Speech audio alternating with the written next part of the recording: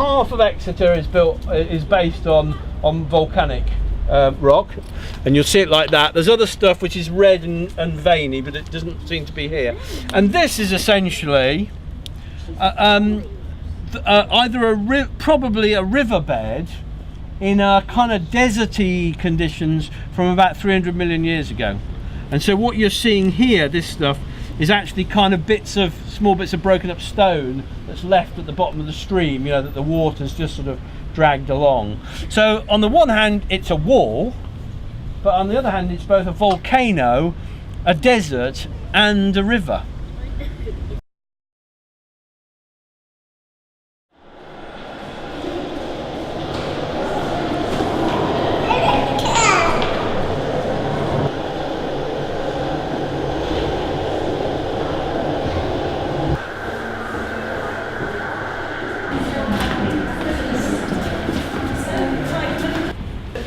To see the exhibition. What do you think?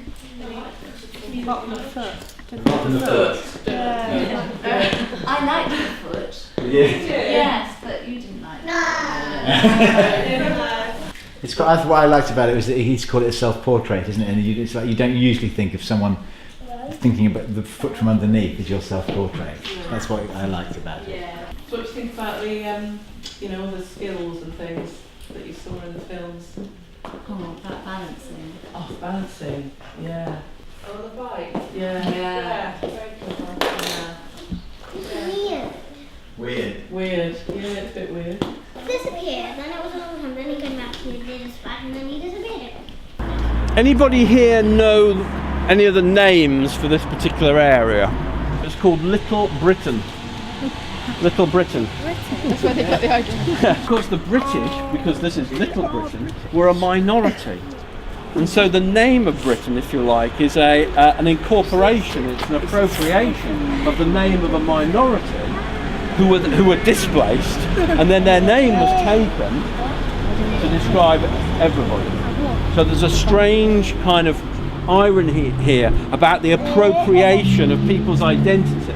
When my aunt came back, from old Japan, she brought me back, a lovely fan, When my aunt came back, from old Hong Kong, she brought me back, a game of ping pong, When my aunt came back, from sinking Venice, she brought me back, a game of tennis, When my aunt came back, from Guadeloupe, she brought me back, a hula hoop, When my aunt came back, from deep Zaire, she brought me back, a rocking chair, When my aunt came back, from old Peru, she brought me back, a kangaroo, When my aunt came back, from Timbuktu, she brought me back, some nuts like you.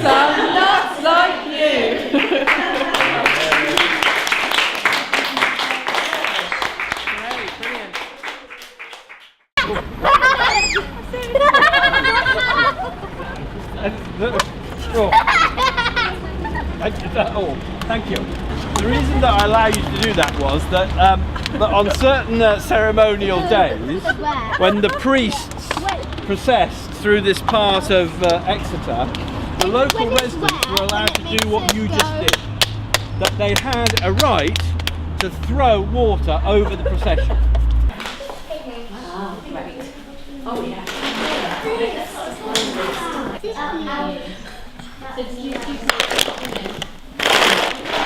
There needs some stickiness in the sea.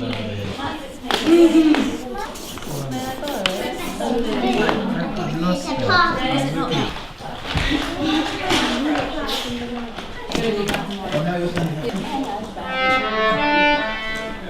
What's the And so the way that these stories are being passed on and appropriated, and the kind of mix that's happening all the time, and yet it's sort of solidified in funny little, rather boring bits of guttering.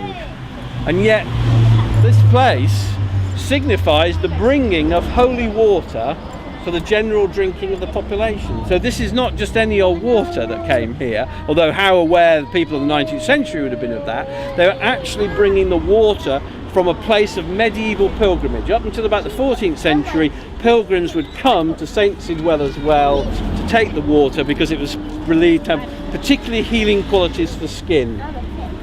And we'll deal with people's skin a bit later on. I want you to write your name in music. So what you've done, so for instance, if you've chosen high, the treble one, then I want you to try and draw that funny squiggle, that treble squiggle line at the beginning of the lines here, which is very fiddly and takes years to do, but it always looks quite interesting when you try for the first time.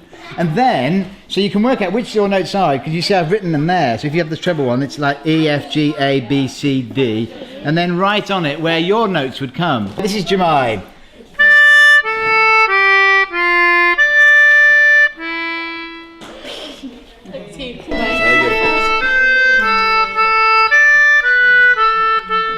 Would you like a bit faster than that? Yeah. So try to go fast.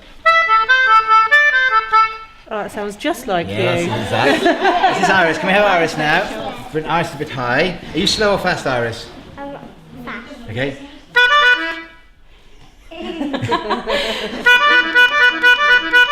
That's a lot of irises. I am an eyeball. My place is in Roses Land. I have a musical box, and my dream is to be, what is it, Dee? Princess. A princess. Oh, thank you, Dee. That's so nice. I want you to just peer over this this railing here and have a look and see what you think that might be. Oh, well. Absolutely.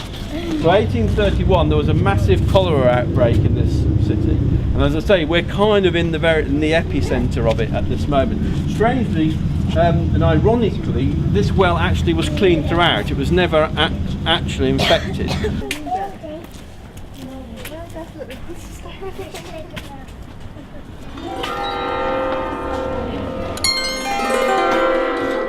Today we're looking at something called river trade because Exeter's on a river and you've all been looking at it, haven't you? So we have today some different activities, and you don't have to do them all at once. You don't have to do all of them, but you can try some of the things on. You can try the costume on, so you can dress up as what you would have looked like when you were a Tudor, which is when this house looked like this. Okay, and when a lot of people set off in very, very small ships. A replica of John Cabot's ship, which is a little bit earlier than the Tudors, but it was very much the same kind of ship. It was tiny, perhaps took about 30 men, and then they sailed off across the world in those tiny ships, and lots of the people who sailed off didn't come back. Sometimes they took things with them to trade. Now, what do you think they took with them to trade from here? Anybody got any ideas? Oh, yeah, absolutely. That's what they took with them. So they took bits of this. Does anyone want to have a feel? It's lovely stuff. That's the kind of thing they took with them. Anyone want to feel this? That's right, that's what we grew a lot of round here. Spices were terribly important. They were more important than gold because they thought it saved them from a terrible disease. Anybody know what that might have been? Terrible disease, yeah? The plague. The plague, that's right. They thought the spices might save them from the plague, and therefore they thought they were more important than gold. So they're very, very valuable, the spices, yeah. So they went looking for tobacco, spices, gold. Sometimes they went looking for silk. Okay. All right, do you want to go and search for silk then? Okay, let's search for silk. Sail from Plymouth. Okay, let's find Plymouth. Direction south-southwest 200 degrees. Here's Plymouth. Canary Islands. Now that is, yeah, down there it is. Okay, I'm going south-southwest along this line here to the Canary Islands. The going was good. Going was good. Yeah, It was it's an fair, easy fair sail. seas down to the Fair Canaries, seas. and now And we're going what? to pick up some. Oh, and it says yes, pick up some oranges and lemons. Oh, oranges. We forgot the lemons. We had the Yeah, we oranges. need those. Yeah, okay. Ready to sail again. Yeah, and shortly after leaving, Yeah, sound effects please. yeah. The ship is damaged in a terrible storm. Okay, quick up the rigging, get up the rigging, up the rigging on, the sails, quick hold on to the sails, it's going about. This morning we all did a picture of ourselves, a self-portrait of some nature. We all wrote some lines about ourselves and made our musical signature. And then this afternoon, Cara and I have been compiling them and reducing them and making them into an ID card. So here's Dulcie's card. So that's Dulcie's self-portrait. And there's her name in music and the quotes about her.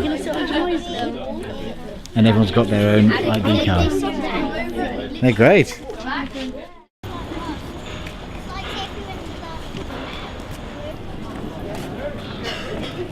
It's one of the illusions sometimes that Exeter has had about itself, that it's lost this past, that it was essentially a kind of rural city.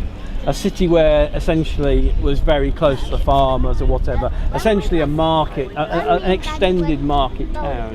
It never was that. It's always been a sophisticated, powerful city where there have been powerful and influential people and where there have been powerful and influential industries.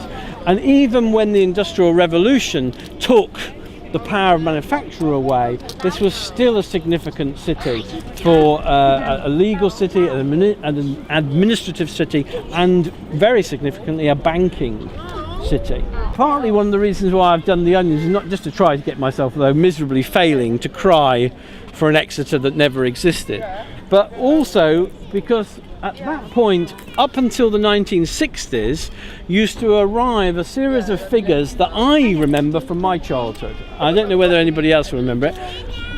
Not the tall ship, no, these were human figures. Human figures in blue and white stripy jumpers.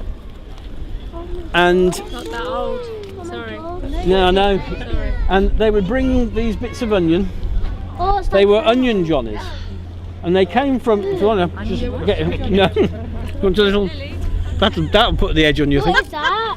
Does it make you cry? Well, it might do. English sweet. Yeah. Very old.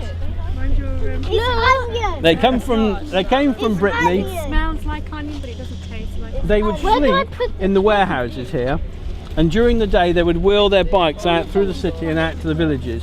And as they sold their onions, by the end of the day they could actually ride their bicycles. So they begin by pushing and end by... And as a kid, I wasn't brought up here, I was brought up in Coventry.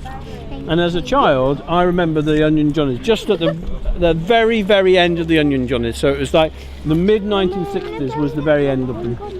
And these men, they spoke no English and would just come round. And their great saying was that a penny for me. That was their one bit of English, was so that you bought their onion and then the thing was a penny. You gave a penny, and that was for them to put in their pocket. Why were they called Johnny? I've no idea. Absolutely no idea. But a good question. Yeah, I don't know why they're called. But maybe because most call Jean.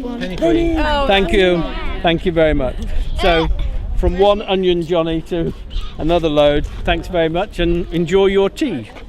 Cheers. Thank you. And he went back into the golden palace with its golden chairs and its painted gold ceilings. And there he walked across. It took about 2 minutes to walk from the door up to King Solomon's throne. And he gave Solomon the ring. And Solomon took the ring and he read it. And he smiled, because on the ring was written, "This too shall pass." And this was the ring that would make the sad man happy and the happy man sad. King Solomon looked around at his golden palace and he knew that this too could pass. And he looked at the old lady out there selling her wares in the marketplace, and she knew that too would pass. And so there was the ring. That's really the end of the story.